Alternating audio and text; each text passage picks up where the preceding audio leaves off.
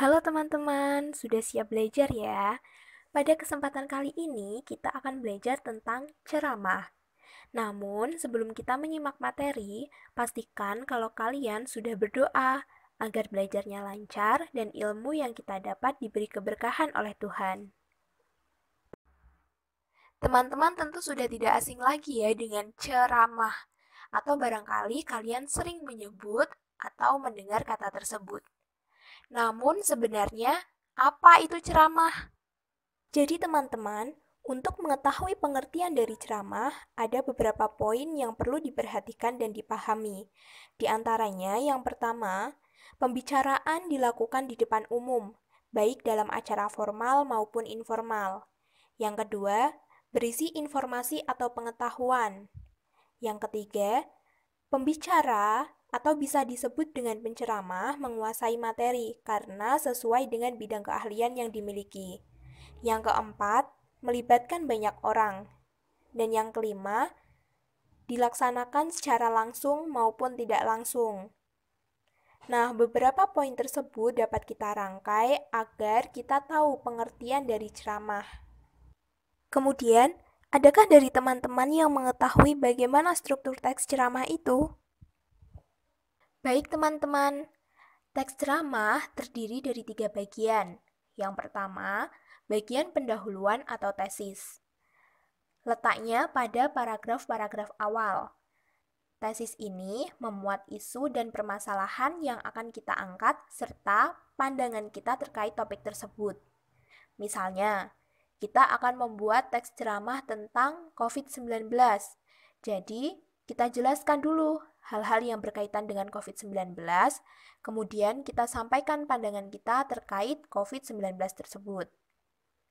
Bagian yang kedua, yaitu bagian isi atau rangkaian argumen. Jadi, berisi pendapat-pendapat kita tentang topik tersebut dan fakta-fakta yang mendukung pendapat kita. Misalnya, setelah kita sampaikan pandangan umum kita tentang COVID-19, kita berpendapat bahwa COVID-19 di Indonesia harus segera ditangani. Nah, argumen kita tadi kita dukung dengan fakta berupa kondisi grafik angka kematian karena COVID atau jumlah korban meninggal karena COVID. Bagian terakhir yaitu bagian penutup atau penegasan kembali. Bagian ini berisi simpulan atas apa yang sudah kita paparkan tadi. Selain struktur, ceramah juga memiliki kaidah kebahasaan loh teman-teman. Pertama, kata ganti orang pertama dan kedua. Yang dimaksud orang pertama yaitu orang yang berbicara, misalnya saya, aku, kita, dan kami.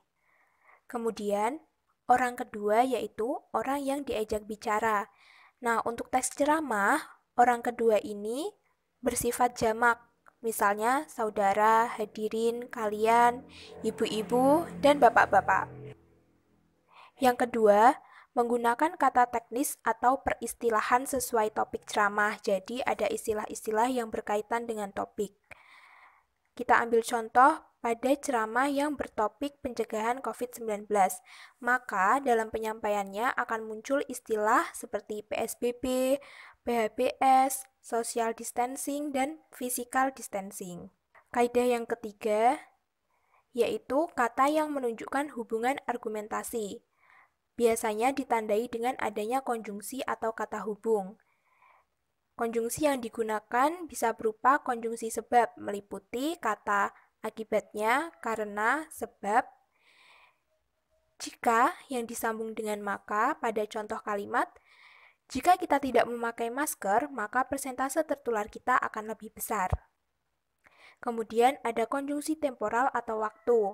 Contohnya, sebelum itu, kemudian, hingga, setelah. Contoh penggunaannya pada kalimat, kita bisa mencuci tangan, kaki, wajah, hingga mandi setelah bertemu orang banyak di luar. Dan yang terakhir ada konjungsi perbandingan atau pertentangan. Misalnya pada kata melainkan, tetapi, berbeda halnya, dan namun. Contoh kalimatnya yaitu, kita memang belum bisa menghentikan penyebaran COVID-19 ini. Namun, kita bisa mencegah penyebarannya jika kita mematuhi anjuran-anjuran pemerintah. Kemudian, kaidah kebahasaan yang keempat, menggunakan kata kerja mental, yaitu kata kerja yang mengekspresikan respon terhadap suatu tindakan. Contohnya, kata diharapkan, berpendapat, mengagumkan, memprihatinkan, dan berasumsi. Contoh kalimatnya yaitu, saya berasumsi bahwa kesadaran masyarakat terkait bahaya COVID-19 masih minim. Kaidah yang terakhir yaitu menggunakan kata persuasif, suatu kata yang berupa ajakan atau membujuk, misalnya perlu, sebaiknya, dan hendaklah. Contohnya pada kalimat, melihat bahaya COVID-19, hendaklah kita senantiasa menjaga kesehatan dan mematuhi protokol kesehatan. Nah, sampai di sini dulu materi belajar kita, teman-teman. Jangan lupa jaga kesehatan dan berpikiran positif ya. Semangat dan selamat belajar.